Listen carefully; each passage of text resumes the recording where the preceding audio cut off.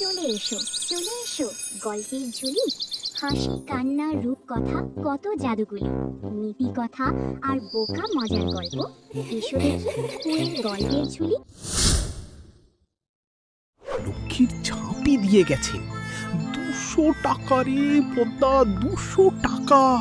মহাজন তো টাকা দেবে, আমি কি পাথর দেব?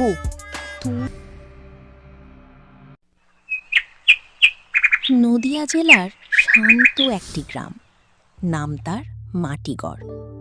এই গ্রামেরই এক প্রান্তে ছোট্ট একটা কুঁড়ে ঘরে বাস করত এক দক্ষ কুমোর, নাম তার গদাধর।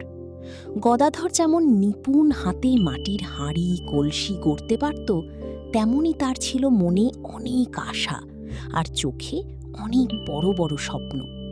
কিন্তু সেই স্বপ্ন যদি সততার বদলে লোভের উপর ভিত্তি করে করা হয়, তবে তার পরিণতি যে কি হয় সেটাই আজ দেখবেন আমাদের এই গল্পে।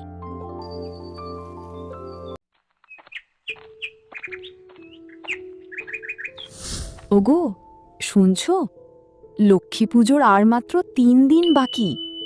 গ্রামের সবাই তো তোমার হাতের মাটির কলসি আর প্রদীপ নেওয়ার জন্য অপেক্ষা করছে। হবে না কেন? এই গদাধর কুমোরের হাতের মাটির জিনিসের আলাদা কদর আছে। কি হে গদাধর, আমার অর্ডার মনে আছে তো? পরশু দিনের মধ্যে পুজো বাড়ির জন্য 100টা বড় মাটির হাঁড়ি আর কলসি চাই। দিতে পারলে 100 টাকার জায়গায় 200 টাকা দেব। 200 টাকা?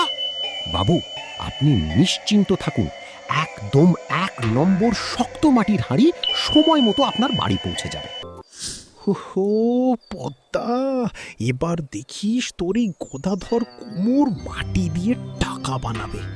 মহাজন বাবু তো হাঁড়ি না, যেন আমার কপালে লক্ষ্মীর ঝাঁপি দিয়ে গেছে। 200 টাকা রে পদ্মা, 200 টাকা। অত টাকা দেখে লাফিও না। মনে রেখো, হাতে সময় মাত্র 3 দিন, আর 100টা হাঁড়ি নিখুঁতভাবে তৈরি করা তোমার একার কর্ম না। আরে তুমি তো সেই পুরনো দিনের কুমন্নি রয়ে গেলে। এখন দুনিয়া চলে শর্টকাটে। আমি এমন বুদ্ধি বের করেছি না, যেটা এই গ্রামের কোনো কুমোর বাপ জন্মে ভাবেনি। ও, তবে শুনি, কি বুদ্ধি শুনি? মাটিকে কি রাতারাতি সোনা বানিয়ে ফেলবে? আরে না না, নদীর ধারের ওই হালকা বালি মাটি দেখছো না, ওটা দিয়ে হাঁড়ি বানাবো। ওটা পোড়াতে সময় কম লাগে, খড়িও বাঁচে। রোদে একটু শুকিয়ে রং চড়িয়ে দিলেই কেল্লা ফতে। ই কি বলছো? বালি মাটির হাঁড়ি তো জল পেলেই গলে যাবে।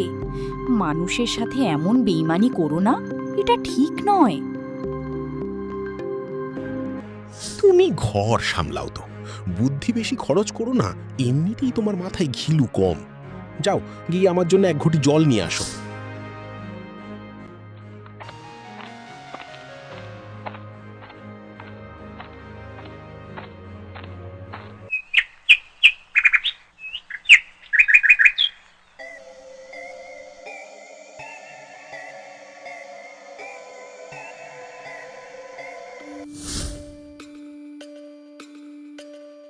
কি গো গদাধর ভাই, শুনলাম তুমি নাকি খুব বড় অর্ডার পেয়েছো। আমার ঘরে চাল চুইয়ে জল পড়ছে, একটা বড় কলসি হবে নাকি? সস্তায় রেখো কিন্তু। যা যা ভোলা, তোর কলসি বানানোর সময় আমার নেই। আমি এখন মহাজন বাবুর খাস কুমোর। তোর মতো লোকের জন্য সময় নষ্ট করলে আমার কোটি টাকার ক্ষতি হবে। আরে বাবা, মহাজন তো টাকা দেবে, আমি কি পাথর দেব? তুই দিবি 2-5 টাকা, আর মহাজন দেবে কড়কড়ে নোট। যা এখান থেকে বিদে হ। বেশি মাটির কাছে আসিস না, আমার স্পেশাল ফর্মুলা চুরি করে ফেলবি। গদাধরের পা তো আর মাটিতে নেই, দেখি তো কি স্পেশাল ফর্মুলা বানাই।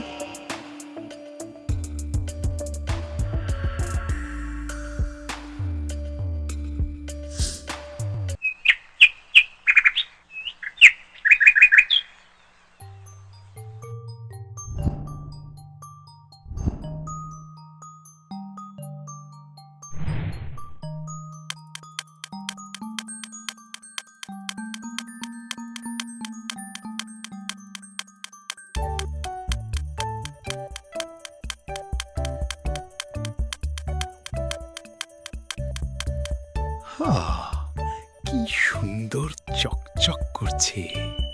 এই যে একটু লাল রং মেখে দিলাম, কে বলবে ভেতরে সব বালি?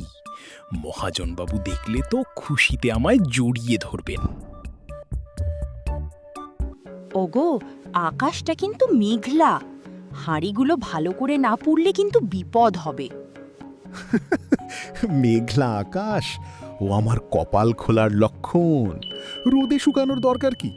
আগুনের একটু ছোঁয়া পেলেই এগুলো লোহার মতো শক্ত হয়ে যাবে। আমি হলাম এই যুগের ডিজিটাল কুমোর।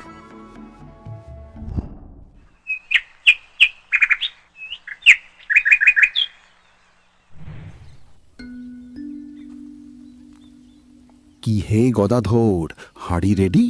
আমার কিন্তু দেরি সইছে না। পুজো বাড়িতে এই হাঁড়ি দিয়ে ভোগ রান্না হবে।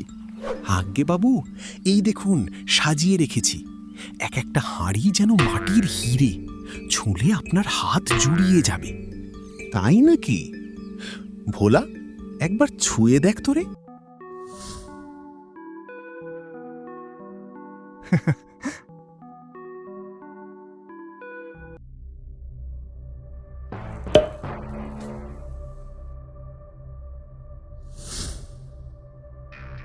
ও বাবা, এ তো দেখি তোলার আগেই গান গাইতে শুরু করেছে।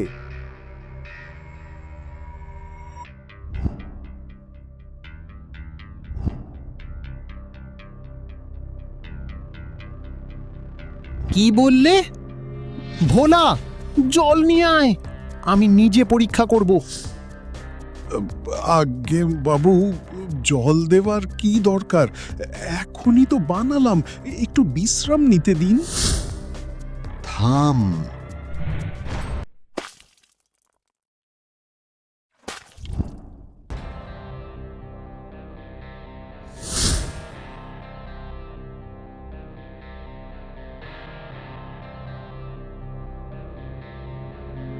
আরে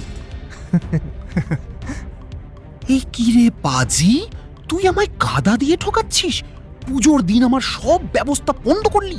তোকে আমি আজ শুটকি মাছের মতো ঝুলাবো। বাবু, ভুল হয়ে গেছে। আমি ভেবেছিলাম। কি ভেবেছিলি? আমি কি তোর মতো গাধা? ভোলা, ওর এই সব কাদা ওর মাথায় ঢেলে দে। আর আজকের পর এই গ্রামে যদি তোকে কেউ কাজ দেয়, তবে আমি তার মাথা ফটিয়ে দেব।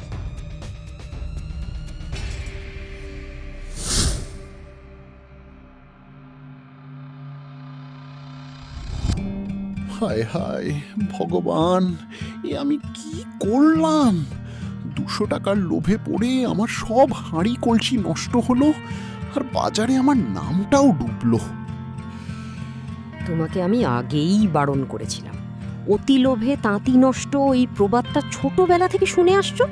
আজ নিজের চোখে দেখলে তো, সততা আর ধৈর্য ছাড়া কোনো কাজে উন্নতি হয় না। আমার ভুল হয়ে গেছে পদ্মা। আমি আর কখনো লোভে পড়ে কাজের সাথে ফাঁকিবাজি করব না। এবার থেকে দিন রাত এক করে খাঁটি মাটি দিয়েই কাজ করব। আর না পদ্মা, আমি বুঝেছি লোভে পাপ আর পাপে মৃত্যু। আমি ফাঁকি দিয়ে বড় হতে চেয়েছিলাম, কিন্তু আজ নিজের পায়েই কুড়ুল মারলাম। যাক, শিক্ষা যখন হয়েছে তখন কাল থেকে নতুন মাটি আনো। এবার থেকে খাঁটি মনে কাজ করলে দেখবে লক্ষ্মী আপনার থেকেই ঘরে আসবে।